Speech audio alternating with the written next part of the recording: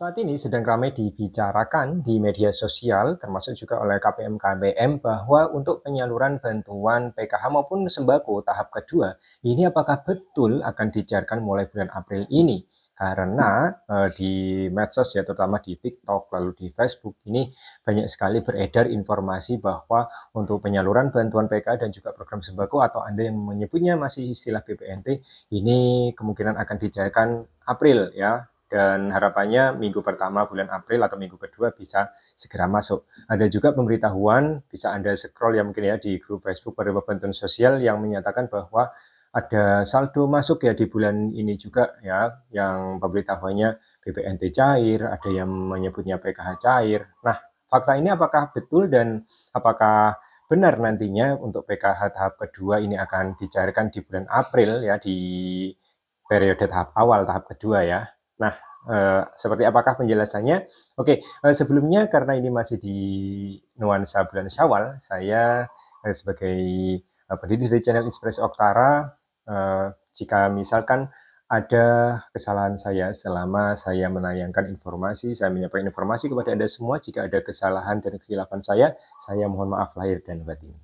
Oke, langsung saja membahas terkait dengan apa yang diinfokan di grup, juga di media sosial ya terutama. Ini apakah betul nantinya PKH ataupun sembako di bulan April akan cair? Oke, target yang diberikan oleh Kementerian Sosial di bulan Maret tahun 2025, kami para pendamping sosial program Keluarga Harapan diwajibkan untuk melaksanakan ground check ya, ground check untuk data tunggal sosial ekonomi nasional atau DTSEN atau DETSEN ya, seperti itu. Nah, ground check ini adalah door to door. Jadi kita datang ke rumah masing-masing target ya, target. Jadi target ini berasal dari 3 basis data, yaitu dari DTKS Kementerian Sosial, lalu juga ada data dari Reksosek BPS, dan juga ada data dari pensasaran penghapusan percepatan kemiskinan ekstrim atau P3KE yang dulu digunakan oleh Kemenko PMK untuk penyaluran bantuan sembako atau beras ya, Bangpan ya, istilahnya adalah bantuan pangan seperti itu.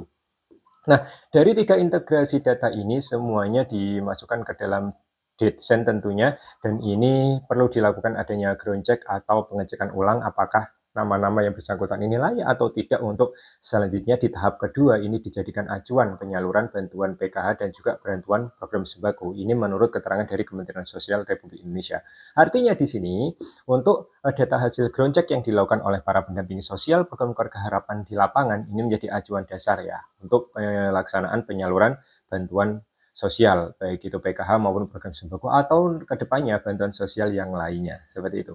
Nah, target yang diberikan adalah akhir bulan Maret tahun 2025, namun ternyata karena kondisi lapangan yang tidak memungkinkan, lalu juga saat itu kondisi puasa Ramadan, sehingga ini menjadi halangan tersendiri, apalagi aplikasi yang diberikan oleh Kementerian Sosial, aplikasi Sixma ini masih belum stabil. Jadi kadang error, kadang lancar, kadang 1 hari error, dan begitu seterusnya.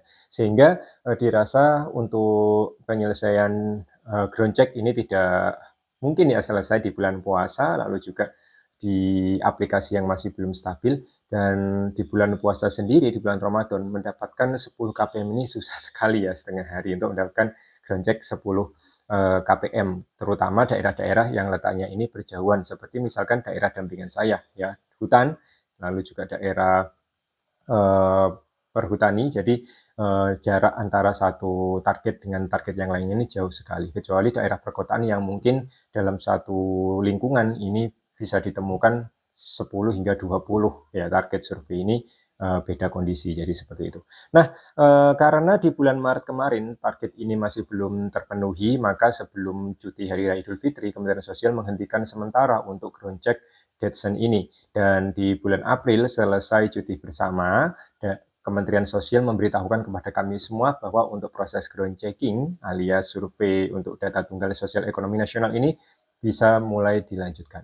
Nah, dari sini jelas sekali ya. Intinya karena untuk ground check data tunggal sosial ekonomi ini belum selesai, berarti otomatis penyaluran PKH maupun sembako tahap kedua tahun 2025 ini belum bisa dilakukan karena memang datanya juga belum selesai seperti itu. Dan jika misalkan ada pemberitahuan dari media sosial dan lain sebagainya, bisa jadi misalkan ada yang upload stroke pencairan, bisa jadi itu adalah mereka-mereka yang tahap pertama kemarin masih belum cair bantuannya, status keterangannya masih SPM, lalu terkena adanya cuti bersama, maka saldonya baru bisa diproses setelah cuti bersama di bulan April ini. Jadi hati-hati dalam menganalisis apa yang diunggah oleh penerima manfaat di media sosial. Bisa jadi itu adalah mereka-mereka yang carinya adalah termin susulan, kuota susulan, sehingga untuk kuota perluasan ya, sehingga upload di bulan April ada pencairan, ini wajar sekali. Namun saya tegaskan di sini untuk penyaluran PK dan program sembako tahap kedua sekali lagi belum dilaksanakan karena proses ground checking data tunggal sosial ekonomi oleh pendamping PKH ini masih belum selesai dilakukan. Seperti itu. Nah, jelas ya, semoga ini bisa menjadi pencerahan bagi Anda. Saya sendiri hari ini masih akan terus melangsungkan. Jadi saya setelah ini akan berangkat juga untuk melanjutkan survei data tunggal sosial ekonomi nasional. Oke, terima kasih.